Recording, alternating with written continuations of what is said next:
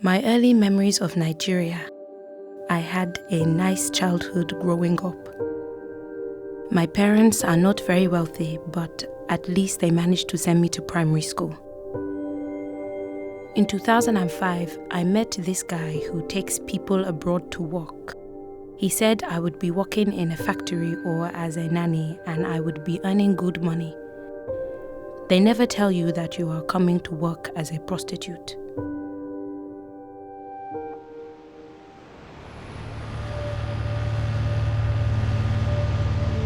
We stayed in the boat for 4 days and 4 nights.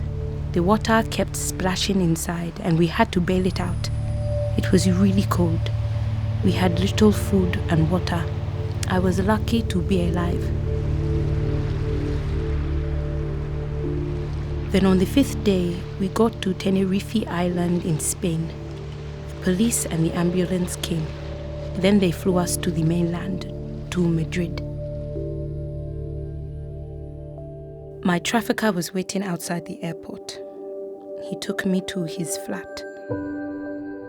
That's when I found out the other girls are walking on the streets as prostitutes.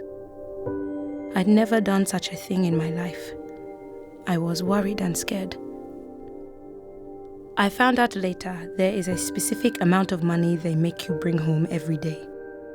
If you go home empty-handed, you get beaten up really badly.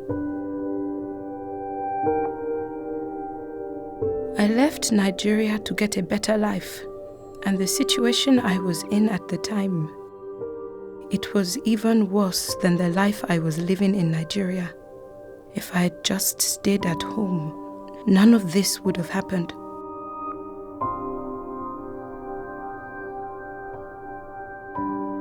On the day I was raped, this man stopped next to me in a van.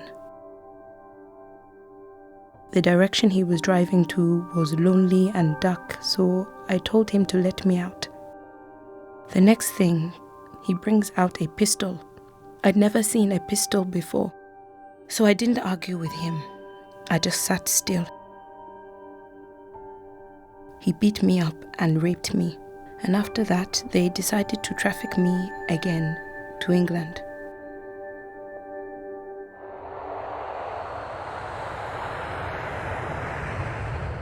We landed in Stansted Airport and spent a day in London before they moved me to Coventry.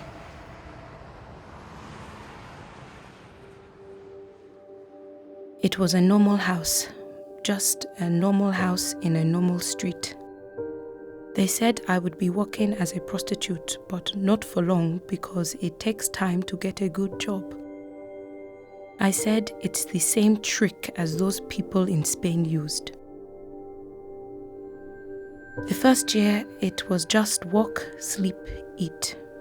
Even if you are sick, they don't care. They still bring the men in, 4 or 5 a day. I could not leave. It was like I was a slave to them. After a while, they let me out to buy things because they didn't think I would run away.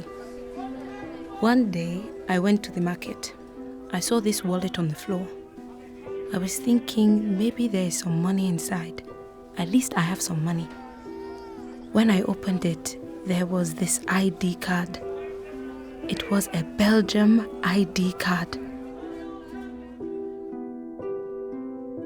That night, I had a small suitcase and put some clothes in it.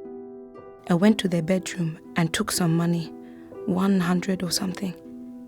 I wanted to leave to get to France. So I took a bus to the town centre to the National Express, and they sold me a one-way ticket to London. I went to King's Cross to board the train. Then the immigration officer, he looked at me and said, "What other ID do I have?" I said, "I don't have anything. I don't have anything." I spent the night in a police cell. Then they sent me direct to HMP Holloway. I was thinking I should have stayed back. I shouldn't have run away. If there was a way I could go back to my traffickers, I would have gone back instead of me being in this place. in prison.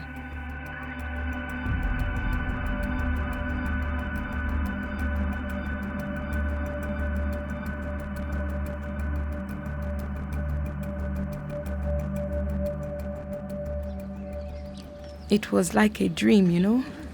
I never believed the judge would have set me free. Now I would like to go to uni and hopefully one day get married. It's been a year since I ran away from them. My life is getting better than the way it used to be.